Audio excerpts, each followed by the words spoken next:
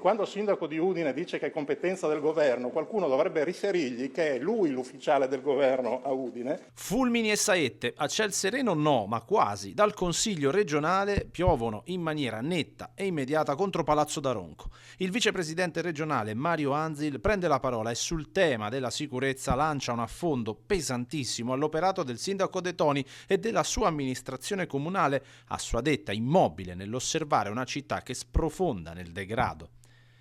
Udine è la città in cui io sono nato, che frequento da sempre e che perciò mi sta particolarmente a cuore, e la situazione di degrado in cui, a mio giudizio, è sprofondata da mesi, e credo dal momento in cui si è insediata questa nuova amministrazione guidata dal sindaco De Toni, ecco, questa situazione di degrado mi addolora e non mi può lasciare indifferente. La sicurezza rappresenta oggi una vera emergenza che non può essere né negata né sottovalutata, e di fronte a episodi che destano allarme e preoccupazione tra i cittadini, l'amministrazione comunale di Udine ha mostrato un immobilismo sconcertante. Il sindaco di Udine, che pilatescamente continua a negare la propria competenza,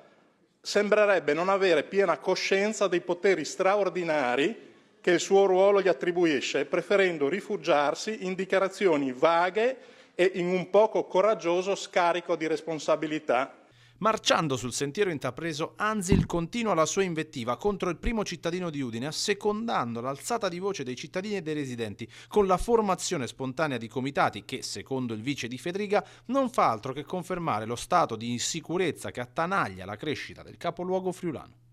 Questo atteggiamento non solo, a mio giudizio, pare del tutto inadeguato, ma rischia di alimentare ancora di più la sensazione di abbandono che molti udinesi vivono ogni giorno. Poco importa agli abitanti di Udine che la situazione della sicurezza altrove sia migliore o peggiore. Quello che conta è che nella loro città, oggi, adesso, la situazione sia purtroppo oltremodo critica, né si intraveda all'orizzonte quel decisionismo, quella fermezza, quel carisma che viceversa servirebbero.